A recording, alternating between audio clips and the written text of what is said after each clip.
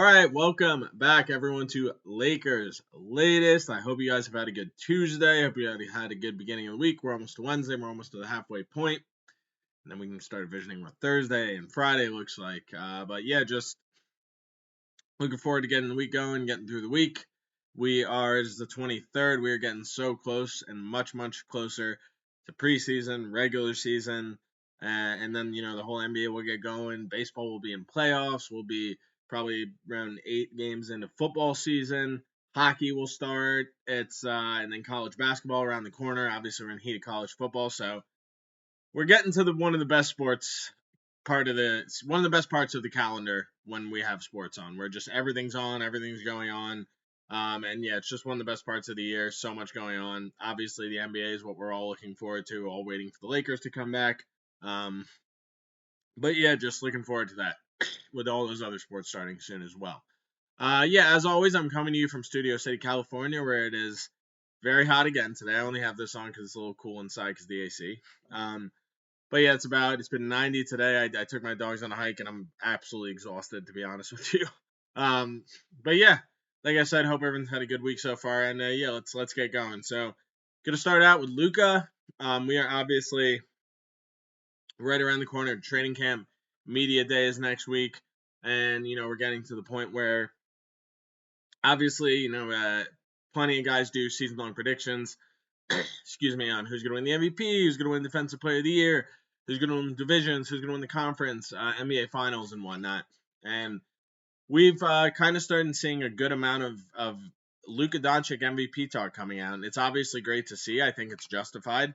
I think now that he's had a full offseason to kind of get his bearings, obviously he's put himself in phenomenal shape. Everyone knows he crushed at the Eurobasket. Slovenia didn't win, but no disrespect to the rest of their team, there's really not much to work with there outside of Luka, so he really dragged them to where they went. And I think it all kind of is in line with what we're looking for here. Like, obviously, we know what type of player Luka Doncic is. Like, this is an MVP caliber player. This is a guy who's accomplished stuff by his age. Obviously, he hasn't won a championship, but accolades-wise, there's very few people in NBA history who have done what he does, who has done what he's done up to the age that he's had. Maybe LeBron and Jordan are the only one who could potentially, again, not from a championship perspective, just an accolades perspective, line up with him right there. But Luka's an unbelievable player. And I think we are going to get the best version of him this year. Obviously, he's now going to have a full training camp, full off season to build with his teammates, get to know LeBron, get comfortable with LeBron. That's a potential historic duo right there. So it's just great to see, and I think naturally it's not like Luka wouldn't get MVP votes otherwise, but I feel like especially coming off all the talk of him being in great shape, we've seen it too, especially in Eurobasket, how phenomenal he played. There's just a lot of drive and there's a lot of legs to him having the best year of his career. Obviously, it's not going to guarantee he is, but I think when you look in how he played last year, he obviously started off slow. It was an up and down kind of first season and a half of his Laker tenure, which is probably understandable given the fact that it was one of the craziest trades in NBA history, completely unexpected. And he even said, like, I didn't know what to think when that happened. I didn't want to make Lakers fans mad. I didn't want to make Mavs fans mad. So he was in a tenuous and just tense situation that does not happen very often in NBA history. It's one thing to have a blockbuster trade. It's another thing to have a blockbuster trade for a guy who's accomplished what he has at Luka's age that no one ever saw coming. No one even knew he was on the trading block. So, yeah, honestly, just super excited for that first full season of Luka. I think we're going to see the best version of him yet. I think all these picks for him to win the MVP are certainly justified. Again, that does not mean he's going to win the MVP. To me, the best player in the world is still hands down Nikola Jokic, and he should absolutely be the leader to win what I believe would be his 5th MVP. It's actually crazy. But Luka is a special player, and I think he's going to be in that MVP talk. So it's nice to see kind of a ton of people pushing towards him already to be in that talk before the season has started and really pick him to be the MVP in the kind of the preseason awards. Excuse me, my allergies are brutal today. So I kind of wanted to move past that and kind of just talk about like the expectations for this team. Now, obviously, year one, I think JJ did do a solid job. Like, the Lakers finished third in the West. They had a good regular season. He got a lot out of his guys. Connect was a rookie who obviously played well in the beginning, and then due to obviously a bunch of unforeseen circumstances, tailed off. But overall, I think JJ did a good job. I think when they got to the playoffs, they ran into a team that was just a little bit better constructed, had a little bit more depth, and, had that star power they were getting from Anthony Edwards. Julius Randle played amazing. But obviously, results wise, it didn't really go the way they wanted to. Last year, they lost in 5 games in the first round, which you would have to consider a disappointment. I think the season as a whole went well. Obviously, it's JJ Redick's first year coaching. I think he did a pretty good job of getting most. Obviously, Reeves took another step. JJ already had a relationship with LeBron, so you kind of knew that they were probably going to work together. We saw that from Connect, talent. Overall, I think it was a relatively good year. There were some ups, there were some downs, but now the expectations are obviously elevated in season 2, right? Especially full season of Luka. You got Marcus Smart, you got DeAndre Ayton, you got Jake Larabia. You may or may not make another trade, whether that be now before the season starts, or whether it be in season 4, a guy like Wiggins, or a guy of a similar player caliber of talent of Wiggins. But the point is that the expectations will be, and rightfully should be, elevated. This is a team with Luka Doncic and LeBron James, a guy who 2 superstars, one who's arguably the greatest player who ever lived, one who's a franchise player, MVP candidate, has accomplished incredible things at his age. And I think these expectations, I don't even know, thinking about it, obviously first round loss, it won't be acceptable. I don't even know if second round loss would be acceptable. I feel like they got to make the conference finals, and I think they've done a good job to improve their team. They've done a good job to add depth to their team to give them a chance to do that. But the question is, can they still compete with those top 3 teams, the Rockets, the Thunder, and the Nuggets?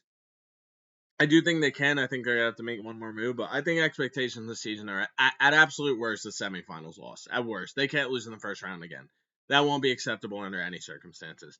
To me, I feel like they got to make the conference finals, but especially now that you're in win mode, with Luka here, with LeBron in potentially his final year, or even if he stays, there has to be a legitimate amount of expectations, and I feel like conference finals, they would have to beat one of those 3 teams is something they're going to have to pull off to be like, okay, obviously we wanted to win the championship this year, but at least there was progress. At least we moved forward with things. So, we'll see what happens with that. I mean, obviously expectations are a dime and a dozen. You don't know what's going to happen. This is more kind of filling out what we think could happen along the lines of like, oh, if they make the conference finals, is that okay? Is that acceptable? So to me, conference finals, I think, is probably what I would say is at least the expectation to make the conference finals. Obviously, the goal is to contend for a championship. I'm not saying that is going to happen. That hopefully that does happen, but I feel like they got to at least make the conference finals for us to be like, okay, that was a successful year. Obviously, we didn't win all, but it's good moving forward for the future, even if LeBron comes back or not. So we'll see what happens with that. And yeah, that should be interesting.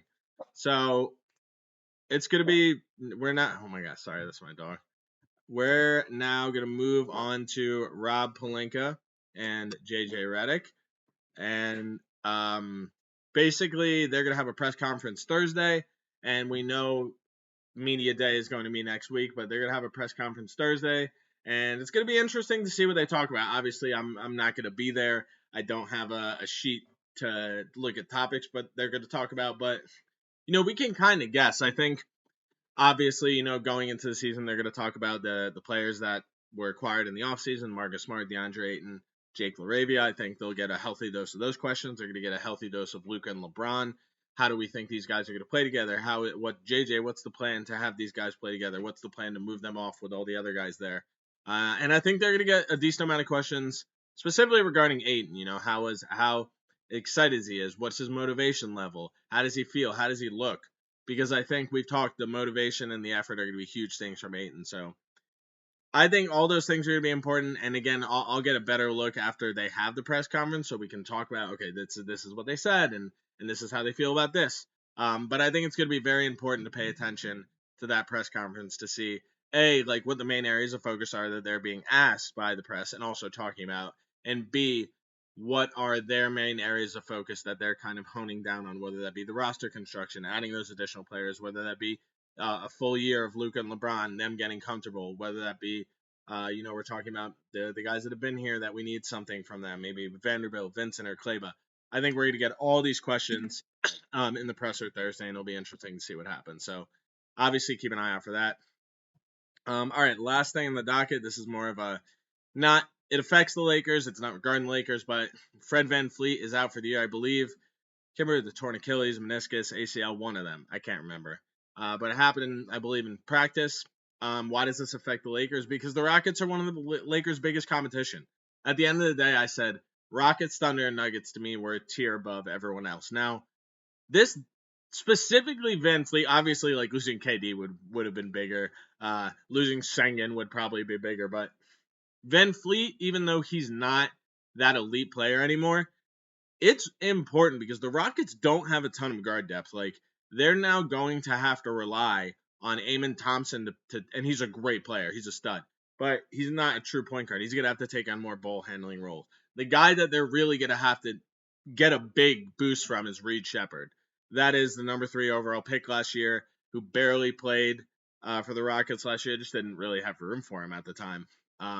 So now he's really it's possible he starts. I'm not saying he will, but I think it would make the most sense for him to start. And now that's a position where you have VanVleet, who's obviously not like an elite player, but he's a really solid player, a guy who's battle tested in the playoffs. He's won an NBA championship. He's one of the best undrafted players in the history of the NBA. He's a battle tested vet, and you can't replace those guys. Even if Reed Shepherd might potentially have more potential offensively, he was more talented, which he's probably not yet. It's going to be hard to replace what VanVleet gives you.